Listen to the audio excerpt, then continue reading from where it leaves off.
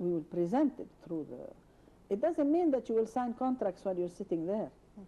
You will have to present your vision. Moreover, you have to be ready when you go there with a clear fiscal policy, with a clear monetary policy, how are you going to manage your foreign currency, with a clear investment law, clear, with many things.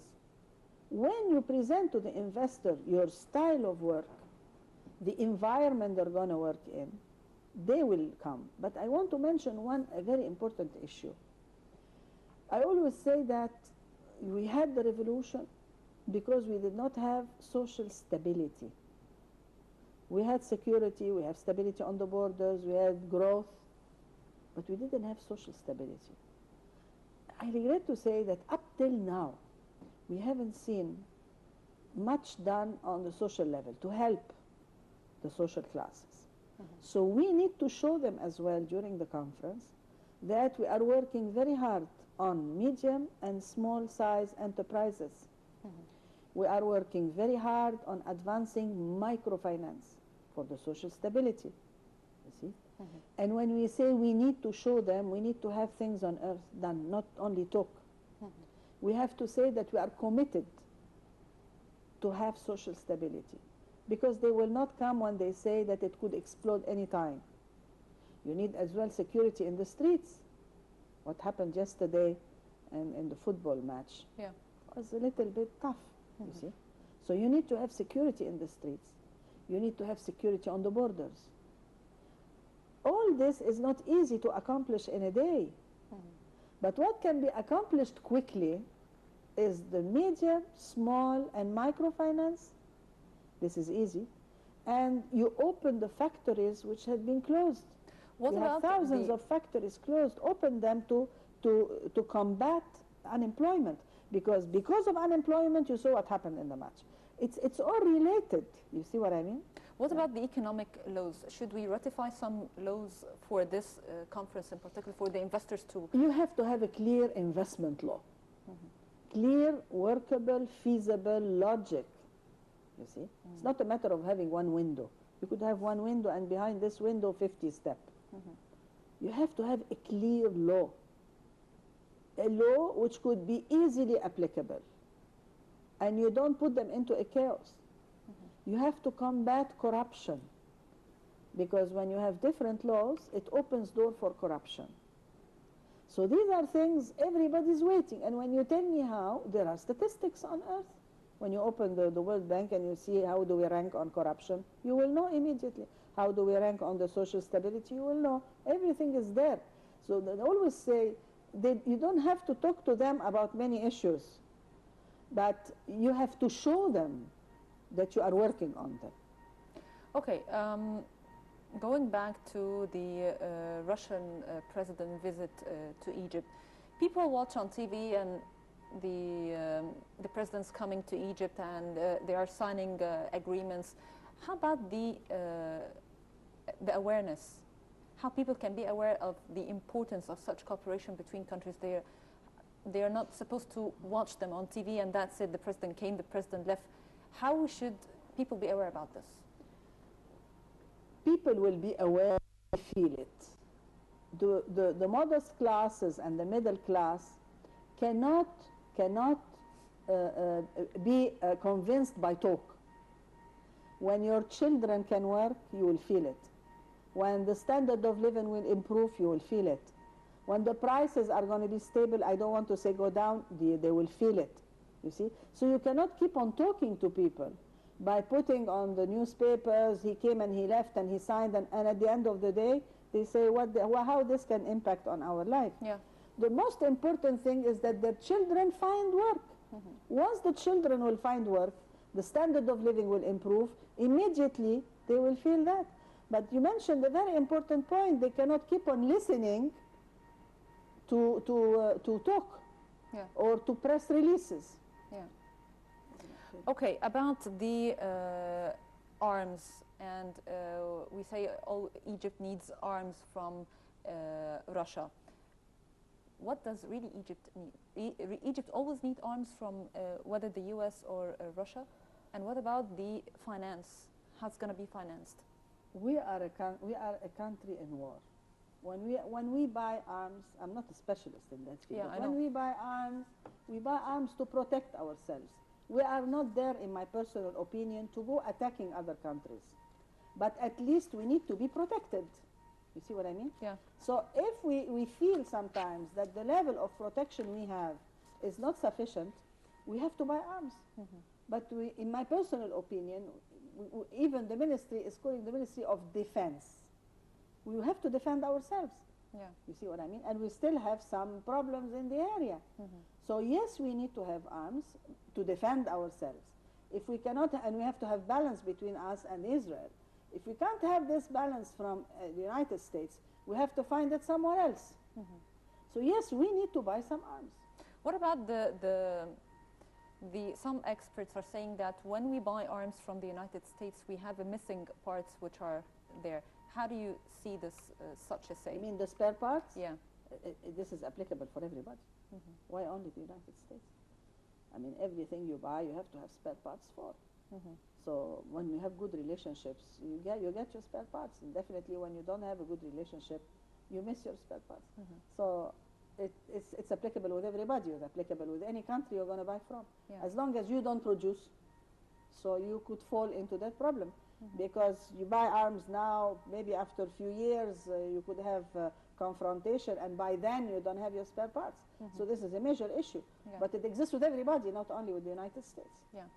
And you believe that Russia, the timing of the visit of President Putin, it's important to Egypt, especially before the economic conference, especially because the situation where we have the Ansar Beit al-Maqdis in Sinai. How do you see the significance of such a visit now for It's Egypt? very important. It's a very important visit. Very important during this period. The timing is extremely important. We have to have countries, big countries, strong countries with us in our severe war. And unfortunately, the United States is a big country, is a very important country, but we know for sure that sometimes the decisions are biased, don't want to say all the time, biased to Israel. So we have to have support. We have to defend our country. We were never on the attack to other places. I mean, look through the history. I mean, we want to protect our country. We have the right to do so. But to protect the country, you need arms. You need to have friends supporting you. So it is important. And speaking about the economic situation in Egypt, what do we really need in order to boost our economy? Of course, we have this coming economic conference, but what we really need now? Internally or with Russia? Both, internally and with Russia. You need to help immediately to open the closed factories. Second, you need to move immediately on developing agribusiness and fisheries. Immediately. We don't have the luxury to wait.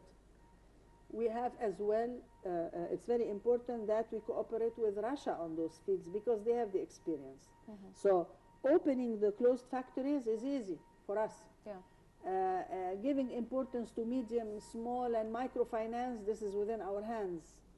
But what we can do with Russia is that they can give us the expertise and the technology to develop the largest parts of land as quickly as possible. Because when we develop land, we will need water. Perhaps we will desalinate the water of the sea. This needs technology. So I personally believe we have to cooperate in those three fields immediately. We need energy. I think they will sign an agreement on energy. So there are things we can cooperate. President Sisi and Vladimir Putin today signed an agreement for investment collaboration between both countries to boost the investment collaboration. Do you believe that Egypt is willing to make investment in Russia? Are we ready for doing that? Why not? But would it be done on the private sector level or the country level? I don't think the country level, because we'd better invest here. Yeah. But businessmen of Egypt can do that. They can go and invest in Russia if there are opportunities. The businessmen or the business community move when the opportunity is there, when the environment helps that, when it is easy to invest and easy to go out. I always say for any investor, you have to have an easy entry, easy exit. And this is basically what an investment law would do. When I come to Egypt, I have to come easily entering. I want to go out, I have to find an easy way to go out. If you don't give this, it would be very difficult for anybody to invest in your market. Dr. Pessanti said the first thing for a strong economy and investment in any country is security. Definitely. How do you think the investors see Egypt now? Do they really want to come and invest in Egypt, or are they still afraid and they don't want to put their money and risk the money? Direct investment is long term. Stock market, you go, you get out in minutes, in days. Direct investment is going there and staying for years. They could stay for 50 years, for 100 years. If I want to go and say I'm going to stay in this place for 50 or 100 years, I have to make sure not only it is safe now, it will be safe as well during the 50 years. This is the most complicated part.